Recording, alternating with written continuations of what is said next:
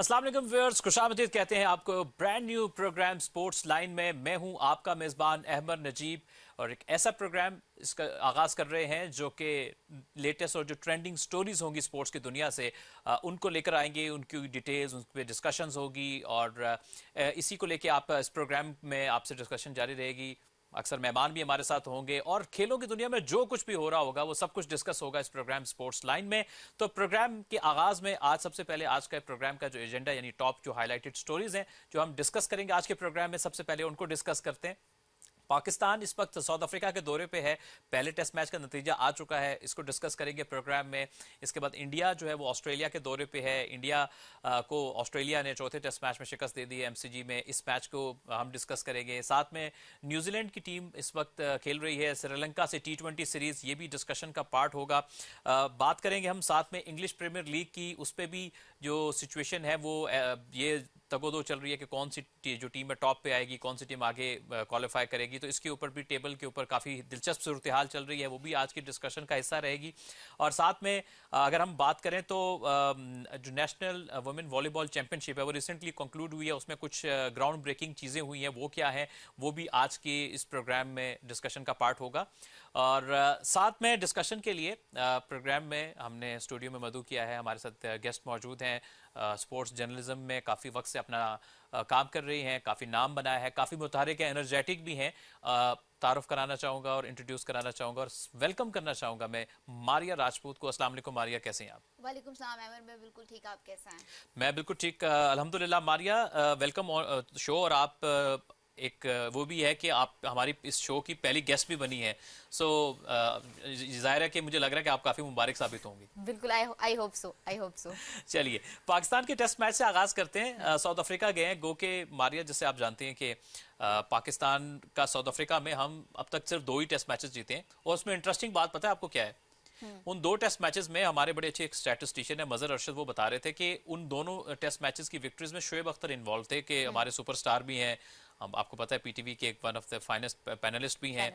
और अब हम भी कोई ऐसा ही चेहरा देख रहे हैं कि शोएब अख्तर की तरह का। लेकिन बहरहाल मैच पे अगर हम आए तो टॉस जीता था साउथ अफ्रीका ने, सेंचुरियन में पहले पाकिस्तान को बैटिंग की दावत दी और उसके बाद जो सारी सूरत हाल हुई, कई ऐसे मौके आए कि पाकिस्तान ने मैच पे ग्रिप किया, आया और आके मैच में ना हाथ से निकल गया वो, ठीक है ना। तो इस पे कैसे ओवरऑल देख रही है? मैच समरी की तरफ हम आगे चलेंगे, डिस्कस करेंगे, लेकिन ओवरऑल जनरली अगर हम स्टार्ट करें तो आप क्या देख रही हैं कि क्यों की मोमेंट्स पे जब हम थोड़ी ग्रिप पकड़ रहे थे मैच में तो हमने थोड़े से स्लिप आउट हो गया मैच? अच्छा अमर, एक फर्स्ट बात जो मैं कहना चाहूँगी वो ये है कि अभी शान मसूद एक टेस्ट सीरीज जीत के गए हैं होम ग्राउंड में, हमने इंग्लैंड को हराया है। हमने जब शान को कैप्टन बनाया था तो हम ये बात कर रहे थे कि he could be the aggressive captain, वो एक एग्रेसिव कप्तान होंगे। अब मैं देख रही हूँ कल से कि कल एग्रेसिव कैप्टन वैसे क्या होता है? को आंखों में आंखें डाल के गुस्सा कर देना, मतलब क्या वैसे एग्रेसिव होता क्या है? मैं वो कहती हूँ कि हम एज अ नेशन हम डिफेंसिव हैं, ठीक है। तो मुझे लगता है कि हमें एग्रेशन का उस तरह से पता नहीं है। अगर हमारे साथ कोई एग्रेसिव होता है तो हम कहते हैं कि हाँ हमें ऐसे करना चाहिए। बट जब शान आए थे हमने सबने कहा कि बड़े एग्रेसिव कप्तान होंगे, लेकिन कल से शान के ऊपर बहुत ज़्यादा तनकीद भी की जा रही है कि आपने वो मोहम्मद आमिर जमाल को इंटरव्यू क्या उनको बॉलिंग क्यों दी है। मुझे ये लग रहा है कि जब हम बैटिंग कर रहे थे और हम एक स्पेसिफिक टारगेट देते हैं साउथ अफ्रीका की टीम को, वहीं पे मुझे ये नहीं लग रहा था कि हम जीत की तरफ जा रहे हैं। वो एक स्पेल जो अब्बास ने करवाया बड़े लंबे अरसे के बाद, आपने उनको टीम से बाहर निकाला हुआ था, वो वापस आए तो एक वो उम्मीद जागी कि शायद हम ये टेस्ट मैच जीत सकते हैं। और फिर जब मैच शुरू हो रहा था तो हमारे बहुत सारे लोग ट्वीट कर रहे थे that we are getting the vibe that हम ये जीत सकते हैं। लेकिन वो जब 8 आउट हो गए उसके बाद सबकी वाइब्स मुझे नहीं पता कहाँ गई हैं, लेकिन उसके बाद जब हो गया एक चीज़ है, आप हार गए हो, बट हमें थोड़े थोड़े मौके मिले, छोटे छोटे मौके मिले और उसमें हमें ऊपर आने की कोशिश हमने ज़रूर की। लेकिन हम वही जिसे कहते हैं ना कि 2 विकेट्स अगर हमारे अंदर वही हमेशा से ये है कि हम जब टेल एंडर्स पे आते हैं बाकी सारी टीम आउट कर लेंगे, लेकिन जब टेल एंडर्स पे आते हैं तो हम वहाँ पे फंस जाते हैं। टेल एंडर्स की बात हो रही थी थोड़ी सी मारिया, हम आगे बढ़ते हैं और बात करते हैं थोड़ी मैच समरी के ऊपर बात करेंगे। मैच समरी के ऊपर कि क्या सूरत हाल रही ओवरऑल इस टेस्ट मैच के अंदर, फिर फर्दर इसको थोड़ी डिस्कशन को आगे लेके चलते हैं। पाकिस्तान ने टॉस जीता, पहले आप 211 रन बनाए पहली इनिंग्स में, जिसमें स्टैंड आउट परफॉर्मर रहे कामरान गुलाम, जिनके लिए साल काफ़ी मुबारक रहा है। और फिर छोटी मोटी सपोर्टिव नॉक्स रहे, किसी ने उस तरह साथ नहीं दिया। डेन पीटरसन मीडियम पेसर हैं, लेकिन उन्होंने काफी तंग किया पाकिस्तान के बैटर्स को। और कॉर्बिन बॉश अभी पीएसएल के लिए भी साइन हो गए हैं और साथ में इनका ड्रीम डेब्यू हुआ है पाकिस्तान के खिलाफ। तो इनका तो यादगार वो T20 में भी और यहाँ टेस्ट मैच में भी जो है वो काफ़ी ज़्यादा, ओडीआई के साथ टेस्ट मैच में भी काफ़ी अच्छा उन्होंने खेल रहे हैं। फिर साउथ अफ्रीका को जब हमने सेकंड इनिंग्स में उन्होंने जो उनकी पहली इनिंग्स थी 301 रन उन्होंने बनाए, तो एक टाइम पे आपको पता है कि 213 पे 8 आउट हो गए थे। तो हमें लगा कि हमारे टोटल के पास हम कहीं आउट कर लेंगे, लेकिन वहां से फिर वो कॉर्बिन बॉश जो है वो हमारे आड़े आए और 81 रन की उन्होंने नॉट आउट इनिंग्स खेली। बॉलिंग में पाकिस्तान की तरफ से पहली इनिंग्स में थोड़ा सा मिक्स हमें रुझान देखने को मिला है। अगर हम व्यूअर्स बात करें कि उसमें 3 विकेट्स जो है वो खुरम शहजाद ने 3, नसीम शाह ने ली, लेकिन जो है कि सेकंड इनिंग्स जो पाकिस्तान की थी कि शुरू में उसके एक पार्टनरशिप बनी, फिर उसके बाद विकेट्स गिरना शुरू हुई, लेकिन जो बाबर आजम और सऊद शकील की पार्टनरशिप थी वो फिर पाकिस्तान को मैच में लेकर आई। वो उनमें से बाबर की विकेट गिरती है, फिर ऊपर तले कोलैप्स हुआ। फिर हमें लगा कि साउथ खड़े हो गए, बहुत आउटस्टैंडिंग खेल रहे थे, लेकिन उसके बाद फिर से वो अचानक से विकेट्स गिरी और हम फिर ऊपर नीचे विकेट्स गिरती हैं। 237 पे हम रोल आउट हो गए। एंड अगेन मार्को जॉनसन यहाँ पे वो उनका लंबी हाइट काफी प्रॉब्लम किया पाकिस्तान को। और फिर सेकंड इनिंग्स में जहां पर स्टार्ट में हमने 3 आउट कर दिए पहले, उनके स्टार्ट में हमें लगा कि उम्मीद हमें नजर आई। फिर मार्करम खड़े हो गए, उनके साथ जो है वो बवूमा ने उनका साथ दिया। फिर बीच में अब्बास का स्पेल आया, तो हमें लगा कि अब ये मैच अपना है। और आखिर में जो है कॉर्बिन बॉश और कगिसो रबाडा जो है उनकी पार्टनरशिप जो है वो मैच बिल्कुल हमारे से खींच के लेगी। तो ये थी थोड़ी मैच समरी। अब मैं आपसे आपका ओपिनियन जानना चाहूंगा। सबसे पहले हम बात करते हैं कप्तान शान मसूद को लेके। आपको क्या लगा कि कौन सा ऐसा मोमेंट था कि आपको लगा कि वो मैच हमारे हाथ से 2-3 बार स्लिप आउट हुआ है? पहली इनिंग्स में भी हमने 8 आउट कर लिए थे और वो टेल आगे ले गई, सेकंड इनिंग्स में भी हमने 8 आउट कर लिए, तो आखिर मोमेंट पे वो बिल्कुल जीता हुआ मैच एक किस्म कहते हैं, वो शेर के मुंह से नवाला खींच लेने वाली बात है। तो ऐसा ही कुछ दिखा है, तो लैग कहाँ किया हमने? हमेशा हमें जो चीज परेशान करी है ना वो टेल है, कि हम 7 आउट कर देते हैं, चाहे वो वनडे हो या कहीं पे भी हो, वो 7 आउट के बाद हम वो हमसे वो आखिरी 3 आउट नहीं होते और वहां पे हम फंस जाते हैं। और अभी भी जैसे आपने कहा कि पहली इनिंग्स में हमने बड़ी आराम से 8 आउट कर लिए थे और हमें लग रहा था कि हमारा जो टोटल है उसके करीब तरीन हम इनको आउट कर लेंगे, लेकिन वहां पे भी हमने एक लीड उनसे लीड करवा ली। फिर उसके बाद अब दूसरी इनिंग में भी जब हमें लग रहा था 8 आउट हो गए हैं, अब्बास ने 6 विकेट्स ले लिए हैं, अभी हम जो है शायद ये 2 आउट भी कर लें और हम उम्मीद भी है कि हम ये जो टेस्ट मैच है वो जीत सकें। और मुझे ये लग रहा था कि हम बॉक्सिंग डे, चले हम ऑस्ट्रेलिया में नहीं जीते, लेकिन एक बॉक्सिंग डे जो टेस्ट मैच है शायद हम साउथ अफ्रीका में जीत जाएंगे। लेकिन एक मजे की बात जो आपने कहा ना कि हम 2 टेस्ट मैच जो जीते हुए हैं वो शुएब अख्तर के एरा में जीते हुए हैं। अभी जो रिसेंट टाइम्स में हमने साउथ अफ्रीका के अंदर अगर टेस्ट मैचेस खेले हैं वो 7 खेले हैं और 7 के 7 हम हारे हैं।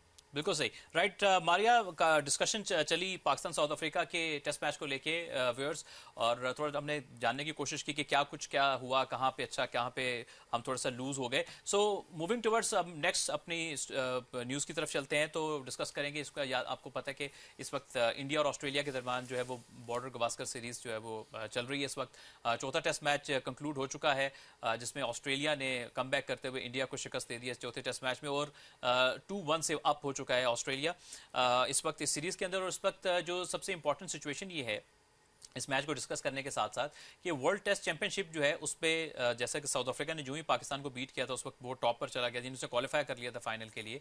एंड इसके साथ साथ अब जो इंडिया और ऑस्ट्रेलिया की बड़ी दिलचस्प जो है वो सूरत हाल है इस वक्त वर्ल्ड टेस्ट चैंपियनशिप को लेके, क्योंकि इस वक्त इंडिया के लिए बहुत ज़रूरी है कि वो दूसरा टेस्ट मैच अगर जीते। डिफरेंट सिनेरियोज आ चुके हैं और ऑस्ट्रेलिया और श्रीलंका की सीरीज होनी है, और श्रीलंका अगर ऑस्ट्रेलिया को हराए तो ये एक इजी सिनेरियो है इंडिया के लिए क्वालिफाई करने के लिए। और इसके साथ साथ अगर ऑस्ट्रेलिया हरा देता है इंडिया को इस टेस्ट सीरीज में तो फिर उनके लिए काफ़ी इजी पाथवे हो जाएगा वर्ल्ड टेस्ट चैंपियनशिप के फाइनल पे जाने के लिए। उसी तनाजुर में अब हम इस स्टोरी को डिस्कस करते हैं कि सबसे पहले इसकी थोड़ी मारिया बात कर लेते हैं हम समरी के ऊपर, फिर हम इंडिविजुअल डिस्कशन के ऊपर आएंगे।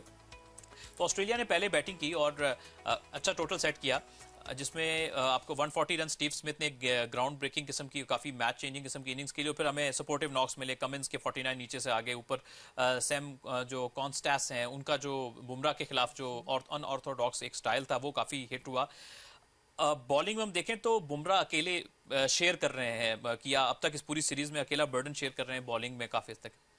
तो उसके बाद अगर हम देखें तो जवाब में इंडिया की टीम की तरफ से एक वक्त में वो अच्छा खेल रहे थे, जायसवाल आउट होते हैं, इंडिया थोड़ा सा स्ट्रगल में आता है, लेकिन जो एक हीरोइक किस्म की परफॉर्मेंस वहां पर दी नीतीश कुमार रेड्डी ने, सेंचुरी स्कोर की, एंड वो काफी आउटस्टैंडिंग नॉक था। जाहिर है कि अपने करियर में वो काफी ज्यादा उसको याद रखेंगे। एंड फिर एक अच्छा कमबैक किया काइंड ऑफ इंडिया ने, लेकिन लीड फिर भी ऑस्ट्रेलिया के पास रह गई। लेकिन बॉलिंग में बात करें तो कमिंस, बोलैंड एंड लॉयन जो है यहाँ पे हमें नजर आते हैं। जवाब में ऑस्ट्रेलिया को मुश्किल हुई। सिराज ने कमबैक किया, सीरीज में थोड़ी की विकेट्स ली, बुमराह ने फिर चिप इन किया, साथ में बुमराह जो है वो फास्टेस्ट बॉलर बन गए, 200 विकेट्स लेने वाले क्रिकेट हिस्ट्री के अंदर सबसे कम रन्स देके इस लैंडमार्क को लेने वाले बॉलर भी बन गए। उन्होंने शेयर किया। लेकिन जब इंडिया आया ना सेकेंड इनिंग्स में, तो उसमें इंडिया की पूरी टीम 155 रन्स पर जो है वो आउट हो गई, और उसमें किसी ने मजामत नहीं की मां सवाई यशस्वी जायसवाल के, और फिर 184 रन से ये चौथा टेस्ट मैच एमसीजी पे इजीली विन कर लिया यहाँ पर ऑस्ट्रेलिया की टीम ने, और अप हो गई 2-1 से इस सीरीज में। अब क्वेश्चन आपसे ये जरूर करेंगे मारिया कि कहाँ लगता है, क्या लैक आपको करती हुई दिखाई दे रही है इंडियन टीम के? वो भी इन मैच में इन हुई फॉर द मोमेंट्स, लेकिन इंडिविजुअल ब्रिलियंस हमें नजर आ रही है, टीम एफर्ट कम दिख रहा है, शायद इस वजह से स्ट्रगल कर रहे हैं। अच्छा अमर, आपको याद है पहला टेस्ट मैच इस सीरीज का जब हुआ था वो इंडिया जीता था, उसके बाद फिर जो है वो ऑस्ट्रेलिया 2 मैचेस जीती और 1 मैच ड्रॉ हुआ। वो पहले मैच में कप्तानी कर रहे थे, बुमराह कर रहे थे, उसमें जो है वो रोहित वो मैच नहीं खेले। उसके बाद अभी जब कोई टीम हारती है, चाहे वो पाकिस्तान हो या इंडिया, हमारे यहाँ पे होता है एशिया में कि आप अपनी टीम को बहुत ज़्यादा क्रिटिसाइज करते हैं, पाकिस्तानी भी और इंडियंस भी, और इंडिया की में भी अब बहुत ज़्यादा जो है, अगर आप उनका सोशल मीडिया देखें या एक्स देखें या कोई भी उनकी जो डिजिटल प्लेटफॉर्म्स देखें, तो वहाँ पे आपको यही नज़र आएगा कि रोहित शर्मा को बहुत ज़्यादा क्रिटिसाइज किया जा रहा है। यही कहा जा रहा है कि ये उनकी लास्ट सीरीज हो सकती है एज अ कैप्टन भी। और लेकिन इंटरेस्टिंगली जो बात, हालांकि परफॉर्मेंस विराट कोहली भी नहीं कर पा रहे हैं, लेकिन जो इंटरेस्टिंग एक बात अभी मैं विक्रांत गुप्ता साहब की एक पढ़ी थी उनकी, तो उन्होंने कहा कि रवि शास्त्री ने ये कहा है कि विराट कोहली जो है वो अभी भी 3-4 साल क्रिकेट खेल सकते हैं when it comes to test cricket. लेकिन जब रोहित की बात आ रही है तो उनको ये कहा जा रहा है कि वो शायद उनकी ये लास्ट सीरीज होगी एज अ कैप्टन, या फिर वो टेस्ट से अपने आप खैराबाद कह देंगे टेस्ट क्रिकेट को। लेकिन वही बात कि आप वहाँ पे भी देखें तो जैसे बैटिंग नहीं हो पा रही है, जिस तरह पाकिस्तान में भी एक सऊद शकील ने कर ली 84 कर लिए, बाबर ने 50 कर लिए, अगली इनिंग में किसी ने और कर लिए। इंटरेस्टिंग फैक्ट ये है कि जो ये सीरीज स्टार्ट होने से पहले एक बड़ा इंटरेस्टिंग बयान दिया था आकाश चोपड़ा ने, जो फॉर्मर इंडियन प्लेयर है। उन्होंने ये कहा था कि it could be end of Rohit Sharma and Virat Kohli. ये सीरीज से पहले उन्होंने बड़ी एक बोल्ड सी प्रेडिक्शन की थी। जाहिर है कि अभी 5वां टेस्ट मैच रहता है, हम कोई हतमी बात तो नहीं कह सकते, लेकिन सिचुएशन ऐसी चल रही है कि प्रेशर काफी बिल्ड हो रहा है कि माइट भी हम इस चीज को ऑन द कार्ड रख सकते हैं। और गौतम गंभीर के ऊपर भी अहमद, उनके ऊपर भी बहुत ज़्यादा प्रेशर इस हवाले से होगा कि वो आपके जो है वो उनकी कोचिंग में ये सीरीज़ हो रही है, और अगर आप इंडिया एक 5 टेस्ट मैचेस की सीरीज़ जो है वो हार जाता है, और ये सीरीज़ नहीं हारेंगे, साथ साथ उनसे जो वर्ल्ड टेस्ट चैंपियनशिप है वो भी उनके हाथ से निकल जाएगी, तो काफ़ी ज़्यादा वहाँ पर जो है इस क्रिटिसिज्म भी होगा और बहुत सारी जो है ड्रॉबैक्स भी होंगे उनकी मैनेजमेंट के अंदर भी। बिल्कुल सही है। सो व्यूअर्स, डिस्कस कर रहे थे हम इंडिया और ऑस्ट्रेलिया की सीरीज को, जो कि जाहिर है इस वक्त बड़ी एक हाई इम्पैक्ट सीरीज है, काफ़ी ज़्यादा इस पे नज़रें थी, और ऑस्ट्रेलिया अप हो चुका है, और दोनों की वर्ल्ड टेस्ट चैंपियनशिप की फाइनल की जो है वो दौड़ भी लगी हुई है। सो बात करते हैं, साथ में इस वक्त न्यूजीलैंड का दौरा कर रही है श्रीलंका की टीम। पहले T20 मैच में काफ़ी एक ज़बरदस्त मुकाबला हुआ था चेस करते हुए, लेकिन समहाउ न्यूजीलैंड ने पुल ऑफ कर लिया था और मैच जीत गई थी पहला T20 मैच। लेकिन दूसरे मैच में अच्छा कमबैक किया श्रीलंका ने। एंड इस मैच की अगर हम बात करें तो श्रीलंका की टीम जो है ये भी एक हमें वापस की एक रिकवरिंग फेज में हमें दिखाई दे रही है, क्योंकि काफ़ी सारे यंग लड़के भी हैं। इनके सिस्टम में काफ़ी ज़्यादा चेंजेस देखने को मिलते हैं श्रीलंका में। कुछ नए नाम आ रहे हैं, नया एक कम्बिनेशन डेवलप करने की कोशिश कर रहे हैं। तो इसी के ऊपर डिस्कस करेंगे मारिया। ओवरऑल आप श्रीलंका की टीम को कैसे रेट करें? न्यूजीलैंड तो स्वभाव हम अगर आईसीसी इवेंट्स में भी देखें तो काफी अच्छा परफॉर्म करती है, एज अ टीम यूनिट कभी एक ने परफॉर्म कर दी। ये वाहिद ऐसी टीम है कि इसको आप प्रॉपर एज अ सैंपल देख सकते हैं कि टीम यूनिट के तौर पे श्रीलंका को कैसे आप रेट कर रही हैं? कभी बहुत अच्छा करते हैं, फिर डाउन हो जाते हैं, फिर कोई इंडिविजुअल ब्रिलियंस देखने को मिलती है। आपको लगता है कि आगे चल के श्रीलंका वो श्रीलंका बनेगी जैसे कि जो माजी में उनके पास एक बड़े नाम हुआ करते थे और काफी कंसिस्टेंट थी? अच्छा अहमद, श्रीलंका जो है वो संगकारा, जयवर्धने, उनके बाद उनके जाने के बाद श्रीलंका वैसी श्रीलंका हमें दिखाई नहीं दी। मे बी बिकॉज ऑफ उनका क्रिकेट बोर्ड भी ऐसा है कि जहाँ पे आप पे दर पे जो है वो चेंजेस करते रहते हैं। पाकिस्तान क्रिकेट में भी ऐसा होता है कि आप जो है वो एक साल में हम 3-4 चेयरमैन बदल देते हैं, या 2 सालों में हमने 3-4 कैप्टन बदल दिए। तो ये वहाँ पे भी है, और वहाँ पे होता है कि कुछ 2-3 प्लेयर्स आते हैं, फिर वो कोई जिसे कहते हैं कि किसी के ऊपर कोई फिक्सिंग का कुछ इस तरह से कोई चीज़ हो जाती है, और वो उस तरह से एक यूनिट बन के हमारे पास जो है वो सामने नहीं आ रही श्रीलंका की टीम। हाँ, उनके भी जयसूर्या, आप उनको अगर आप कोचिंग स्टाफ में कभी ले आते हैं, कभी आप जयवर्धने को ले आते हैं, कभी आप किसी और प्लेयर को लेके आते हैं, तो वहाँ पे भी जिसे कहते हैं कि आपके क्रिकेट बोर्ड के अंदर पॉलिटिक्स दिखाई देती है समहाउ, जिसकी वजह से वहाँ भी पूरी टीम जो है एज ए यूनिट जो है वो काम नहीं कर रही है। मुझे लगता है कि एक वक्त उनके इंडिविजुअल प्लेयर्स आते हैं एट अ टाइम। कोई एक प्लेयर आएगा, वो एक सीरीज में अच्छा करेगा, दूसरी सीरीज में अच्छा करेगा, लेकिन फिर वो एक कहीं ना कहीं बैक टू जिसे कहते हैं कि बैक पे चला जाता है, या फिर वो पॉलिटिकल का जो सेटअप है उसका शिकार हो जाता है, या फिर लीग्स क्रिकेट में चला जाता है। तो लेकिन आई होप कि श्रीलंका जो वैसी श्रीलंका बने जो फाइनल्स में क्वालिफाई करती थी, जो सेमीफाइनल्स में क्वालिफाई करती थी। अब अगर श्रीलंका आपके पूल में आती है तो आपको लगता है यार ये इजी होएगी, इसके साथ इजी है। अब हमें जो नज़र आता है पाकिस्तान के लिए, अगर हम स्पेसिफिक देखें, Australia, south Africa, New Zealand, England, इनको हम डिफिकल्ट तस्वर करते हैं, लेकिन एक वक्त होता था जब हम सब कहते थे कि यार श्रीलंका भी बड़ी हुआ है। बिल्कुल सही Maria. And viewers, no doubt Sri Lanka की अगर हम बात करेंगे, टैलेंट कभी भी उसमें कमी नहीं रही है, बहुत एक्साइटिंग ब्रांड ऑफ क्रिकेट खेलते हैं। इस वक्त जाहिर है कि वो भी एक ऐसे फेज से गुजर रहे हैं कि वो एक कम्बिनेशन बनाने की कोशिश कर रहे हैं। एंड देखते हैं कि किस हद तक श्रीलंका की टीम कामयाब होती है। फिर से माजी अपना वो एक ऐसा जिसमें उनको कंसिडरेबल एक फोर्स माना जाता था क्रिकेट के अंदर।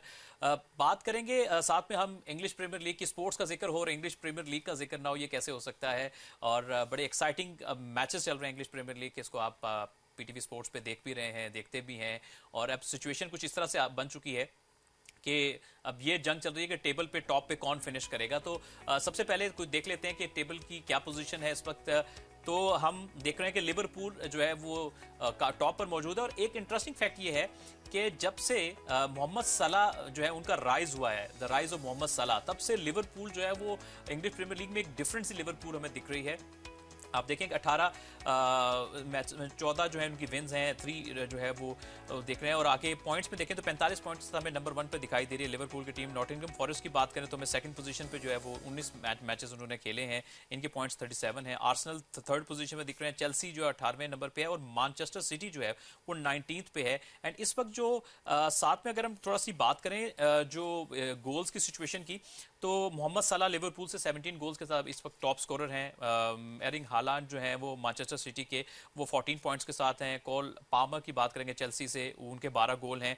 अलेक्जेंडर इजाक जो हैं वो, आइजक जो हैं उसके बाद नेक्स्ट नंबर उनका, और क्रिस वुड जो है उसके बाद उनका नंबर आ रहा है। तो ओवरऑल व्यूअर्स, ये जो अगर हम इंग्लिश प्रीमियर लीग की बात करते हैं तो अब बका ये चल रही है कि टेबल पे कौन टॉप पे जाएगा, कौन अगले राउंड में जाएगा, और काफ़ी इंटरेस्टिंग हमें इनके बीच में कंपटीशन देखने को मिल रहे हैं।